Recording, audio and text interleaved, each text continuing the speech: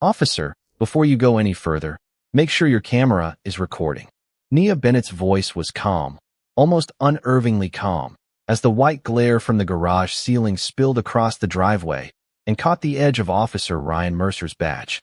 It was 9:47 on a quiet Thursday night in Arlington, Virginia, the kind of suburban evening where porch lights glowed behind trimmed hedges, and the only sound should have been a distant television or the soft mechanical hum of a garage door. Instead, red and blue reflections moved across the siding of Nia's two-story home, while Mercer stood 10 feet from her with one hand raised, directing her away from the dark gray SUV parked inside her own garage. "Ma'am, step away from the vehicle," he said. Nia didn't move immediately. She was 42, dressed in a navy blouse and charcoal slacks after a long day downtown, her leather work bag resting on the passenger seat beside a thick folder she had intended to carry inside. She looked at Mercer, then at the younger officer standing several feet behind him. Officer Caleb Dunn appeared less certain. His eyes moved from Nia to the open garage, then toward the front door connected directly to the house. A tiny red light blinked on his body camera. Nia noticed it. Mercer noticed her noticing it. "Did you hear me?" he asked. "I heard you," Nia replied. "I'm asking why you're ordering me away from my own vehicle while you're standing on my property." The sentence should have slowed everything down. It should have invited a question, a registration check, perhaps even an apology for the confusion. Instead, Mercer narrowed his eyes as if her composure itself had become suspicious. "We received a call about someone who didn't belong here." Nia glanced toward the house behind her. The kitchen light was on. Her mail sat in a small basket near the interior door. A pair of gardening gloves rested on a shelf beside a half-empty bag of grass seed. Everything around her quietly answered the question Mercer had already decided not to ask. Did she belong here? And who exactly was described? Nia said. Mercer shifted his stance. "We'll get to that. First, I need identification." Caleb looked toward his partner. Something in Nia's tone had changed the atmosphere. She wasn't nervous. She wasn't argumentative. She sounded like someone who understood procedure well enough to know precisely where its boundaries were. Mercer seemed to hear the same thing, but instead of recognizing caution, he heard challenge. "Identification," he repeated. Nia took a slow breath. Imagine coming home after 12 hours of work, pulling into the driveway you've used hundreds of times, opening the garage with the remote clipped to your own visor, and discovering that someone else's suspicion can suddenly make your address feel like evidence you have to defend. Nia understood the irony better than Mercer could possibly know, but she didn't reach for her purse. Not yet. "Am I being detained?" she asked. The neighborhood seemed to become quieter around them. Across the street, an upstairs curtain moved. Somewhere behind Nia, the SUV's cooling engine clicked softly beneath the hood. Mercer stared at her for a moment and gave a humorless smile. "You ask a lot of questions. Only the ones that matter." Caleb's eyes dropped briefly. His camera was still recording. Nia saw it again, and this time she gave the smallest nod, almost to herself. Mercer interpreted the gesture as confidence he needed to break. "Step away from the SUV, ma'am." Nia complied, moving 2 measured steps toward the driveway. She didn't raise her voice. She didn't mention where she had spent her day, whose office had called her 3 times before dinner, or what title appeared beneath her name on federal correspondence. She simply watched. The patrol lights. The open garage. The body camera. The officer who seemed more interested in control than clarification. Mercer believed he was dealing with a suspicious woman who had been caught somewhere she didn't belong. What he didn't understand was that Nia Bennett was not afraid of a record being made. She was waiting for one. 18 minutes earlier, Nia Bennett had turned onto her street with the kind of exhaustion that did not announce itself dramatically, but settled quietly into the shoulders after a 12-hour workday. Arlington was calm beneath a clear Virginia night, the sidewalks mostly empty, the windows of neighboring homes glowing warm behind drawn curtains. Nia slowed her dark gray sport utility vehicle as she approached the 2-story brick house she had owned for nearly 7 years, pressed the remote clip to her sun visor, and watched the garage door rise with its familiar mechanical hum. Nothing about the moment felt unusual. That was what would make everything that followed so difficult to forget. She pulled into the garage, turned off the engine, and remained in the driver's seat for several seconds while the silence returned around her. Her phone showed 3 missed calls from the office, but she ignored them for now. Work had already taken enough of the day. She reached for her leather bag, then noticed the thick folder on the passenger seat and sighed softly. The documents could not stay in the vehicle overnight, so she gathered them carefully, balancing the folder beneath one arm while stepping out onto the concrete floor. The garage smelled faintly of motor oil, clean laundry detergent from the utility shelf, and the cedar mulch she had bought the previous weekend. A pair of old running shoes sat near the interior door. A reusable grocery bag hung from a hook beside the light switch. These were small things, ordinary things, the quiet evidence of a life fully lived in that space. Nia placed the folder on a workbench and loosened the collar of her navy blouse. Her plan was simple. Take the documents inside, warm up the dinner she had prepared the night before, call her younger sister Maya, and spend the rest of the evening doing absolutely nothing that required legal analysis. Through the open garage, she saw her neighbor Evelyn Brooks standing near the edge of her lawn with a watering can. Evelyn was 71 and treated the entire block as if it were a small town she had personally been elected to supervise. She lifted one hand when she saw Nia. "Long day," she called. Nia smiled. "Long enough." Evelyn laughed and shook her head. "You work too much. You tell me that every Thursday." "Because every Thursday I am right." Nia smiled again, and for a moment the day softened. She stepped toward the driveway, intending to retrieve a small package that had been left near the side gate earlier that afternoon. That was when headlights turned onto the street. A patrol vehicle moved slowly past the row of houses, then continued another 50 yards before its brake lights appeared. Nia noticed it only because the street was usually so quiet at that hour. She picked up the package and started back toward the garage. The patrol vehicle reversed. Slowly, deliberately. Its tires rolled against the pavement until it stopped near the curb in front of her property. Nia paused, not because she believed the officers were there for her, but because years of experience had taught her to pay attention when authority suddenly changed direction. 2 officers sat inside. The driver, Ryan Mercer, looked toward the open garage. Beside him, Caleb Dunn glanced at a small screen mounted near the dashboard. Nia could not hear their conversation, but she could see Mercer studying the house, then studying her. She continued walking. There was no reason not to. She had just opened her own garage, stepped out of her own vehicle, and picked up a package bearing her own address. Yet Mercer remained focused on her, as if those facts had not entered the picture at all. The patrol vehicle door opened. Mercer stepped out first. Dunn followed a moment later. Nia stopped near the edge of the garage and waited.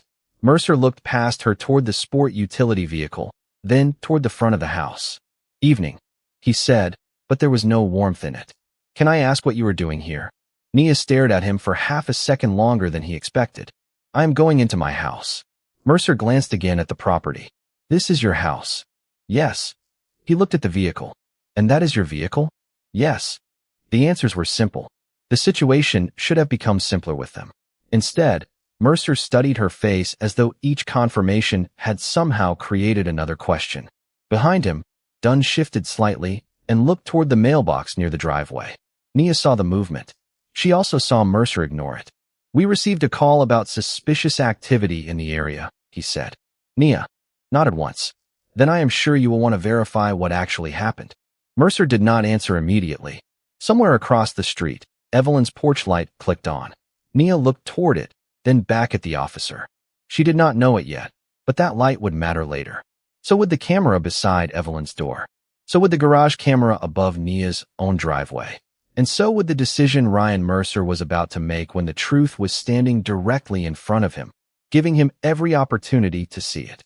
Mercer took one slow step toward the driveway, and Nia recognized the shift immediately. The conversation was no longer about gathering information.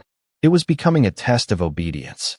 She had seen that change before in conference rooms, in sworn statements, in grainy body camera footage played frame by frame under fluorescent office lights. A routine question became a command. A command became a judgment. And somewhere along the way, the original reason for the encounter disappeared. "I need to see some identification," Mercer said. Nia kept her hands visible at her sides. "For what purpose?" He frowned. "Because I asked for it." Caleb Dunn looked toward Mercer, then toward Nia. The younger officer had been quiet since stepping out of the patrol vehicle, but his expression had begun to change. He was listening now, not merely observing. Nia noticed that too. That is not what I asked, she said. You said there was a report of suspicious activity. I am asking what conduct you believe requires identification. Mercer gave a short laugh, without humor. You always talk like this. Nia's face remained composed. When someone asks me to prove who I am on my own property, yes.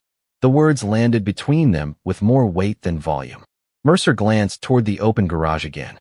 The dark gray sport utility vehicle sat beneath the ceiling light, its rear license plate clearly visible. The house number was mounted beside the garage door. The package Nia had picked up rested near the workbench, her full name and address printed across the label. There were answers everywhere.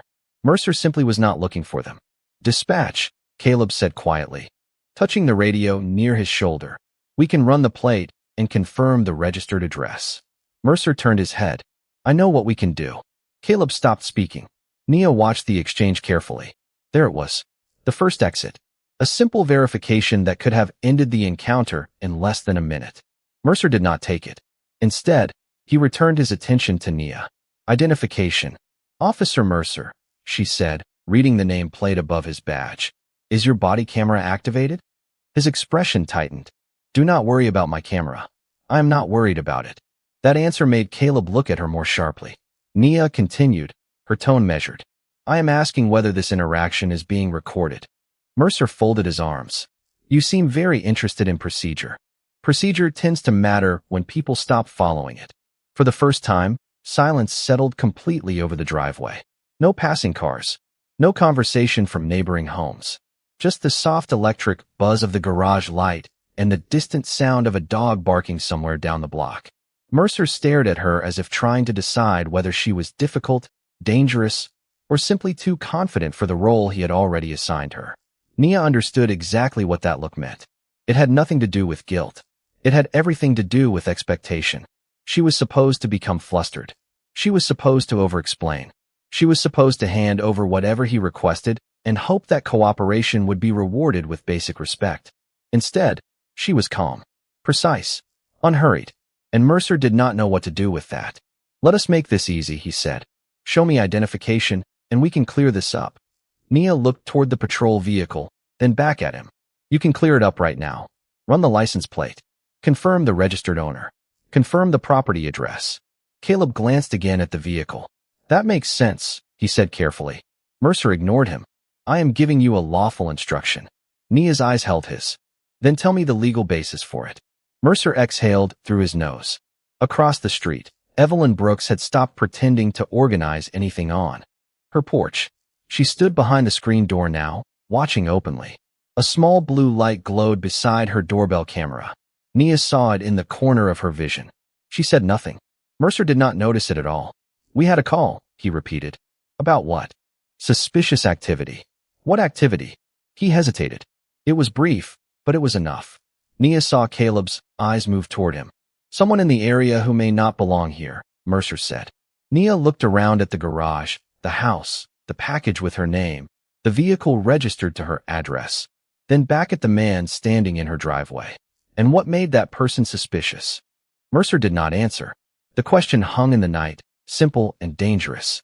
Nia had not accused him of anything. She had not raised her voice. She had only asked him to explain his reasoning. And for the first time since stepping out of the patrol vehicle, Ryan Mercer seemed to realize that every answer he gave was becoming part of a record.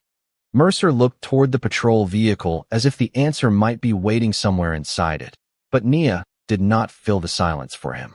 She simply stood beneath the white garage light with her hands relaxed at her sides, giving him the space to choose what happened next. Caleb Dunn shifted his weight and glanced at the license plate again. Ryan, he said quietly, we can confirm the registration in less than a minute. Mercer turned toward him. I heard you the first time. Nia caught the irritation in his voice. This was the first chance. A license plate check could confirm the owner of the vehicle, and the registered address would match the house directly behind her. No argument. No speculation. Just information. Nia nodded toward the sport utility vehicle. Please run it. Mercer stared at her. I am not taking instructions from you. I am not giving you instructions. I am offering you a simple way to verify what I have already told you. Caleb reached toward the computer mounted inside the patrol vehicle, but Mercer stopped him with a look. Hold on. The words were small, but the decision behind them was not. Nia felt something settle inside her. Not fear. Recognition. She had spent enough years reading reports to know that the most revealing moments were often not the dramatic ones. They were the quiet choices made after an officer had been given an obvious path back to reason. All right, Nia said. Then confirm the address through dispatch. This was the second chance. Mercer looked toward the house number mounted beside the garage. It was clearly visible beneath the exterior light. Caleb lifted his radio. Dispatch, can you verify the registered resident at this address? Mercer turned sharply. Done, wait. Caleb lowered the radio halfway. Why? The question came from his partner this time, not Nia.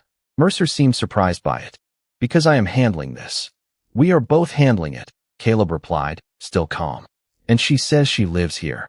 Mercer looked back at Nia. She says a lot of things. Nia let the sentence hang. She could have responded immediately, but she had learned long ago that silence sometimes exposed more than confrontation. Across the street, Evelyn remained near her screen door. The blue light on her doorbell camera continued glowing. Above Nia's garage, another camera quietly watched the driveway. Neither officer appeared to notice it. Officer Mercer, Nia said, if you are uncomfortable verifying the information yourself, call a supervisor. That was the third chance. His expression changed. Not dramatically, just enough. A supervisor? Yes. For this. For whatever you believe this is. Mercer gave another short laugh. You really think you are in control here, do you not? Nia's eyes did not leave his. No, I think the facts should be. Caleb looked down for a moment, and Nia could see that he understood exactly what she meant. Mercer did not. Or perhaps he did, and that was what bothered him. The encounter had begun with a question about who belonged in this neighborhood. Now he had been offered 3 straightforward ways to establish the truth. The vehicle registration, the property address, a supervisor. 3 doors out of the situation, each one open. Mercer walked past all of them. Step over to the vehicle, he said. Nia remained still for half a second. Why? Because I am telling you to. That is not a reason. You are making this harder than it needs to be.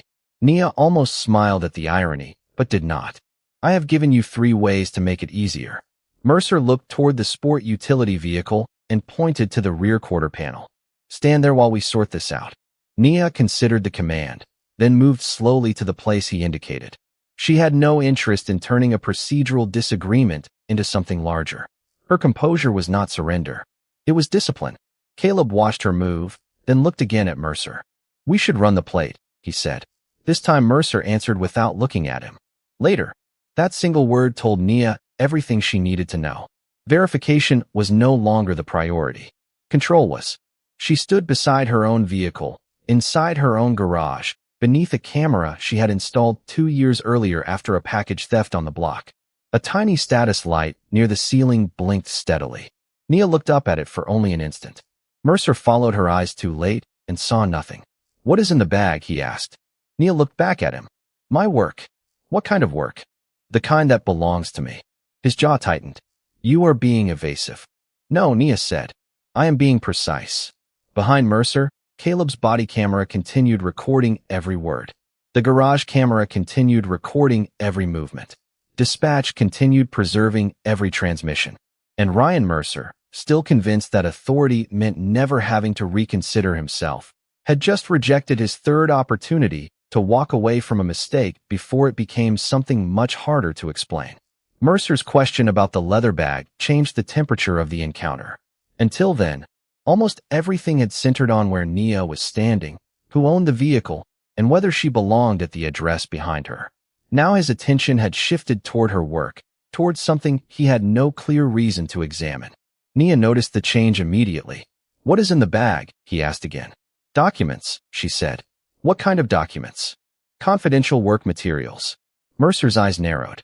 So now they are confidential? Nia kept her voice steady. They were. Confidential before you asked. Caleb Dunn glanced toward the blinking light on his body camera. He had been quiet for several seconds, but the longer the exchange continued, the more his silence seemed less like agreement and more like concern. Nia saw that too. Do you have any reason to believe that bag contains evidence of a crime? She asked.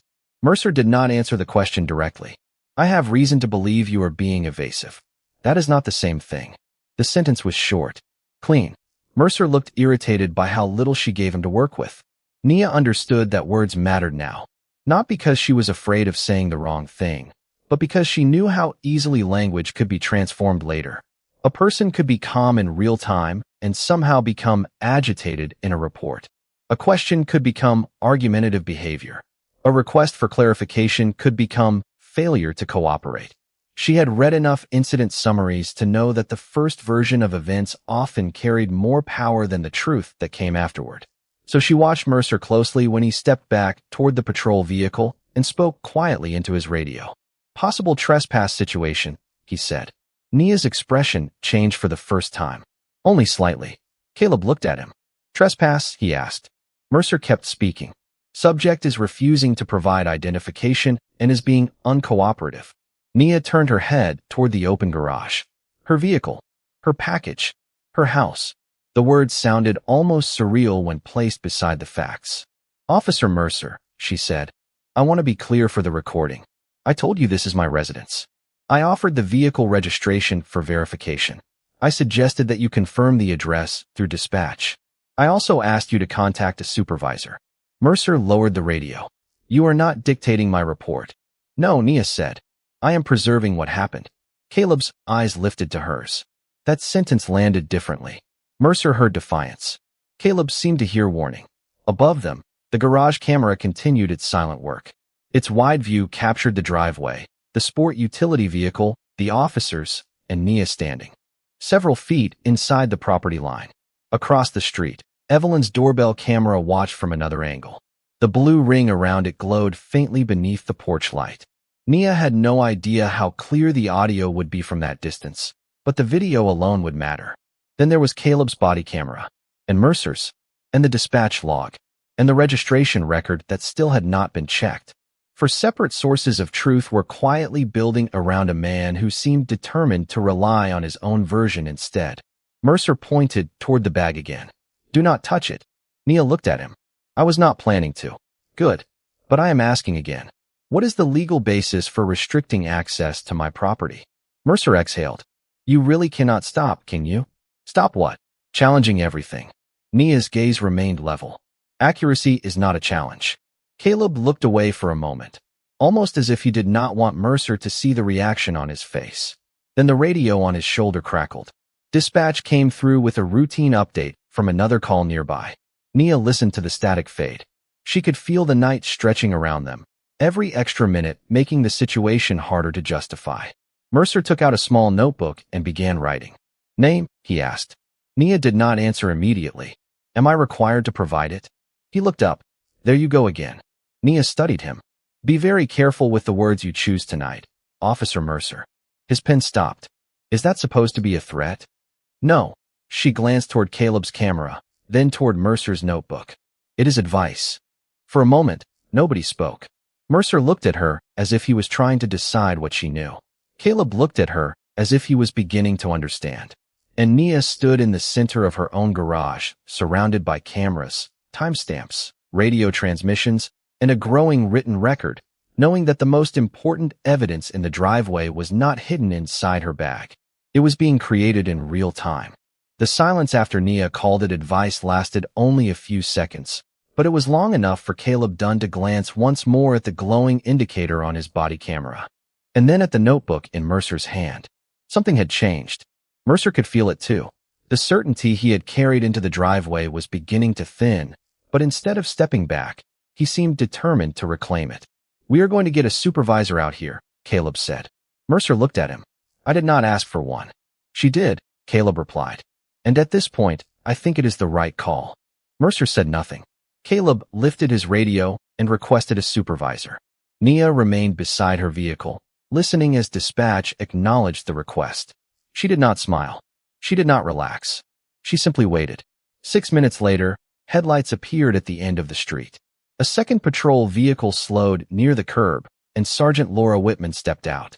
She was in her mid-40s, composed, alert, and immediately attentive to the strange arrangement in front of her.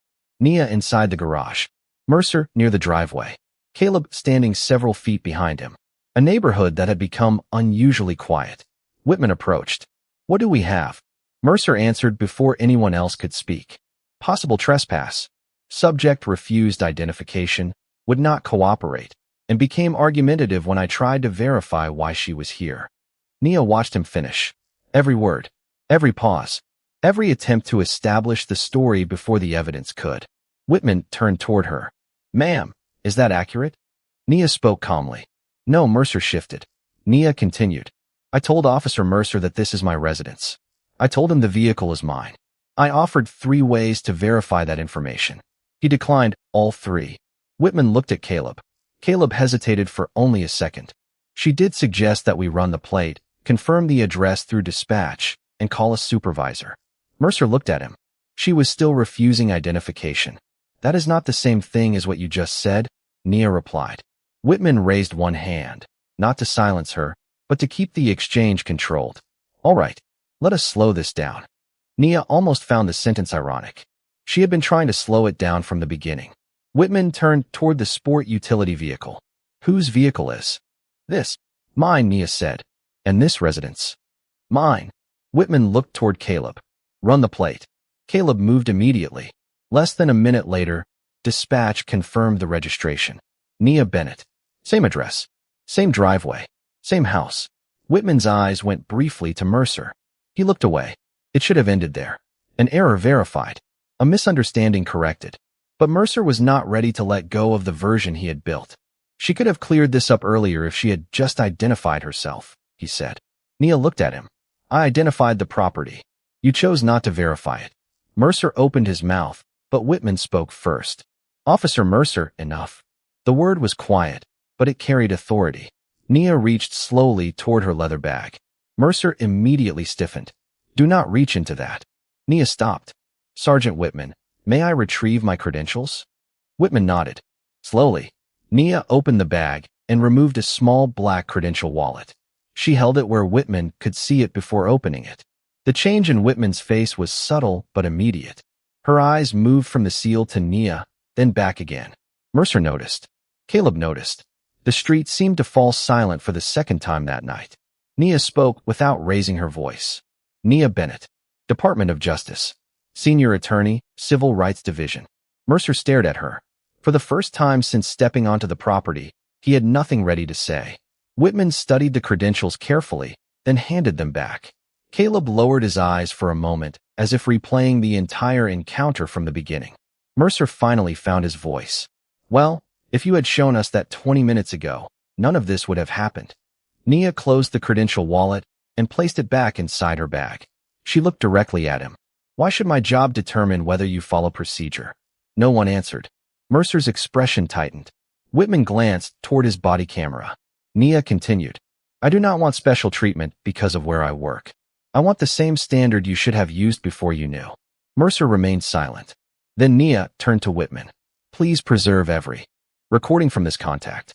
Both body cameras, dispatch audio, computer logs, everything."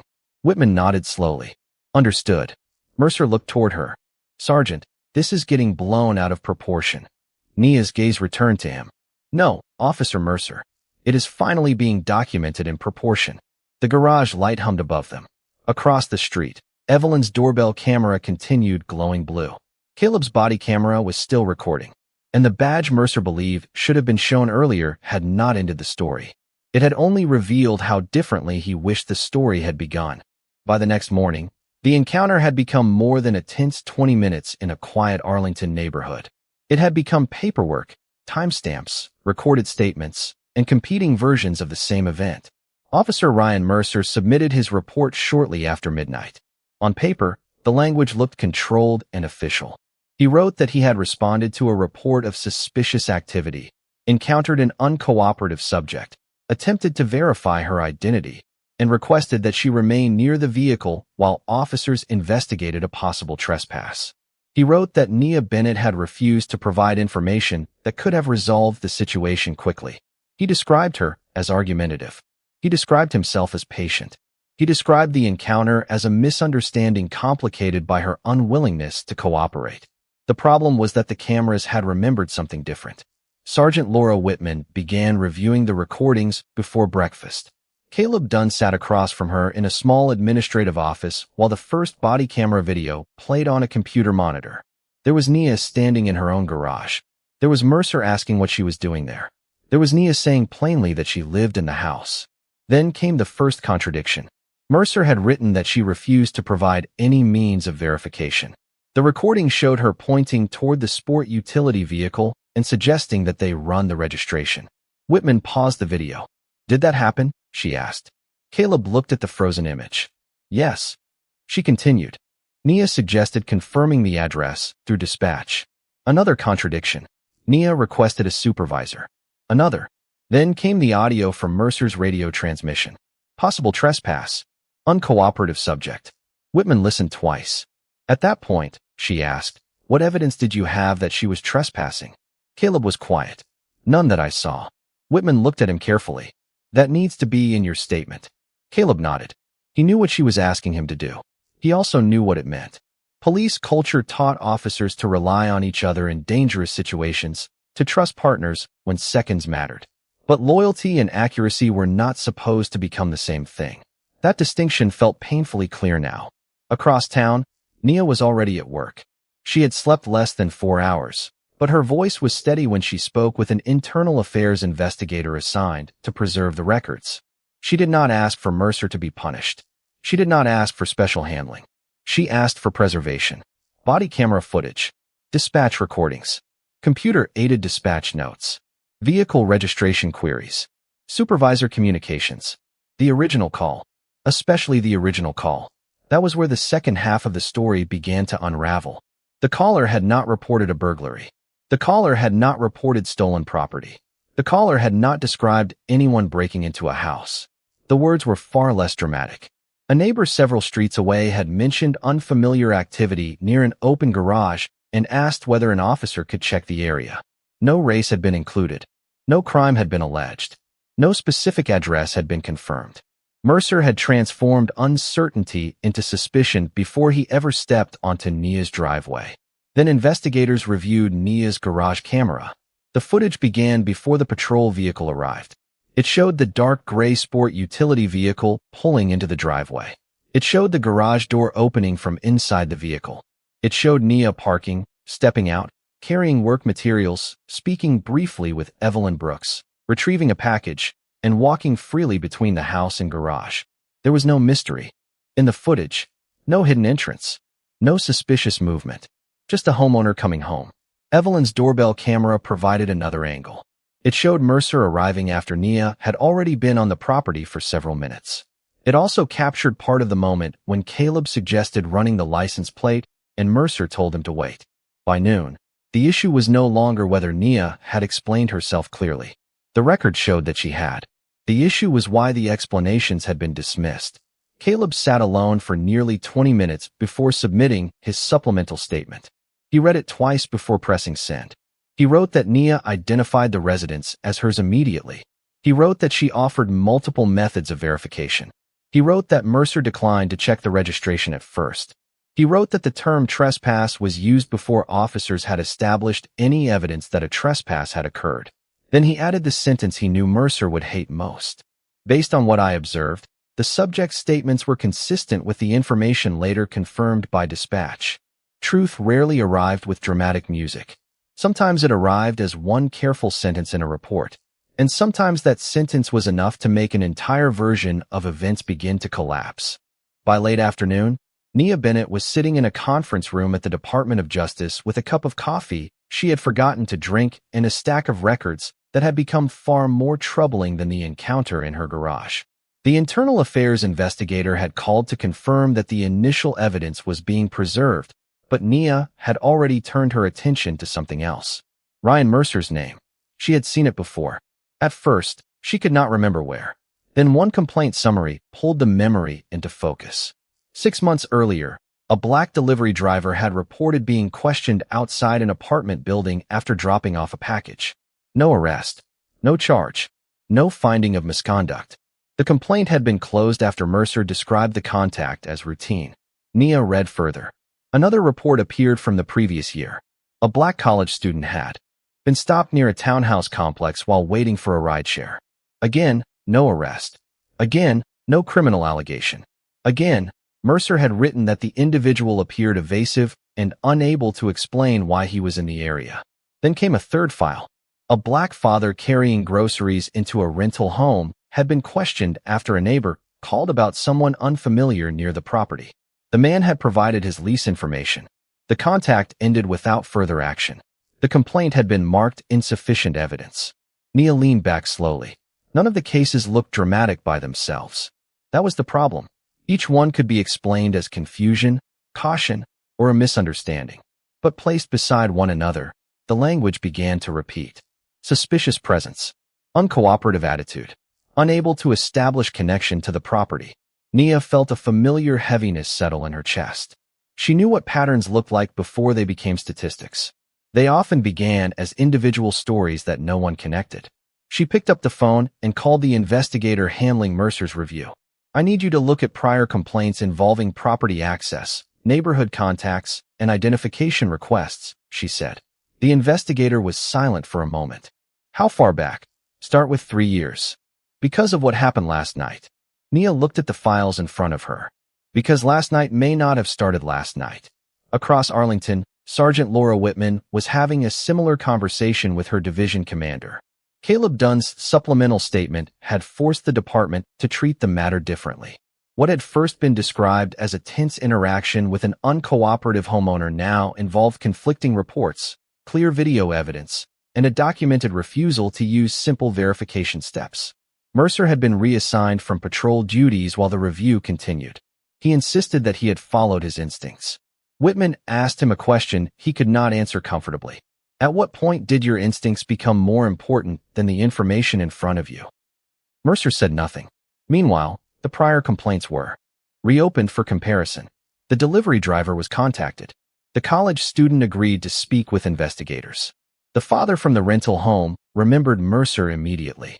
None of them knew Nia. None of them knew her position. None of them had access to federal attorneys or senior officials. That fact stayed with her more than anything else. 2 days later, Nia met with the review team. A senior administrator began by saying that the department took the treatment of a high-ranking Justice Department attorney extremely seriously. Nia stopped him gently. That is not the standard. The room became quiet. Excuse me, he asked. Nia folded her hands on the table. Do not investigate this because Officer Mercer treated a Department of Justice attorney this way. She paused. Investigate whether he has treated people this way because he believed they had no power to challenge him. No one interrupted. Nia continued. My title made people answer the phone. My credentials changed the tone in that driveway. The people in these files may not have had either advantage. She looked around the table. If the system only reacts when the person being questioned has influence, then the system is protecting influence, not fairness. The words settled over the room. There was no dramatic revelation left to make. No badge to display. No title powerful enough to improve what had already happened to the people whose complaints had been closed quietly. The real test was whether their stories would matter now. Nia pushed the files toward the center of the table. Do not make this about what happened to me, she said. Find out who else never had the chance to make anyone listen. 3 weeks later, the neighborhood looked exactly the same, but Nia Bennett no longer saw that Thursday night as an isolated mistake. The review had expanded, not because of her title, but because the records refused to remain separate once investigators placed them side by side. The delivery driver had described being treated as if dropping off a package made him suspicious. The college student remembered being questioned for standing near a townhouse while waiting for a ride. The father with the groceries had spent nearly 15 minutes proving that he had permission to enter the home he was renting. Different dates, different streets, different people, the same officer. The same language appeared again and again in Ryan Mercer's reports. Suspicious, evasive, uncooperative, unable to explain presence. Investigators compared those reports with dispatch logs, available recordings, witness statements, and property records. In several cases, the written descriptions had made ordinary circumstances sound far more uncertain than the evidence suggested. None of that automatically answered every question about Mercer's intentions, but it raised a question the department could no longer dismiss. Why did his suspicions seem to survive even after simple facts were available to resolve it? The independent review concluded that Mercer had failed to use reasonable verification steps during Nia's encounter, had inaccurately characterized portions of the contact in his initial report, and had exercised poor judgment by escalating suspicion after information pointed toward an innocent explanation. He was removed from patrol duties during disciplinary proceedings and later accepted an administrative assignment pending additional review and retraining. The department also reopened several complaints that had previously been closed without meaningful comparison to one another. Caleb Dunn's decision to submit an accurate supplemental statement became one of the most important parts of the investigation. He was not celebrated as a hero, and he did not ask to be. When Sergeant Laura Whitman thanked him for correcting the record, Caleb simply said, "I should have spoken sooner." Whitman answered, "Then remember that next time."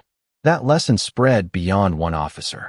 New procedures required supervisors to review body camera footage when a property-related contact involved conflicting claims about residence or vehicle ownership. Officers were reminded that refusal to answer every question did not automatically transform a person into a suspect. Documentation standards were tightened. Dispatch information had to be distinguished clearly from assumptions made after arrival. None of the changes were dramatic enough to make national headlines. That did not make them small. Nia understood that real accountability was often quieter than people expected. It lived in procedures, records, training, and the willingness of someone inside a system to say that the old explanation was no longer good enough. One evening nearly a month later, Nia turned onto her street after another long day. Evelyn Brooks was sitting on her porch and raised a hand when the dark gray sport utility vehicle approached. Nia smiled and waved back. She pressed the garage remote. The door rose. The same white light came on overhead. She parked in the same place and sat behind the wheel for a few seconds, listening to the engine settle into silence. There were no patrol lights outside, no radio static, no questions waiting in the driveway. Nia carried her leather bag into the garage and placed it on the workbench. Her credential wallet was inside, exactly where it had been that night. She took it out for a moment, looked at the federal seal, then set it beside the bag without opening it. That small object had changed the tone of the encounter the instant other people understood what it represented. And that was precisely what still troubled her. Her position had earned attention. Her title had opened doors.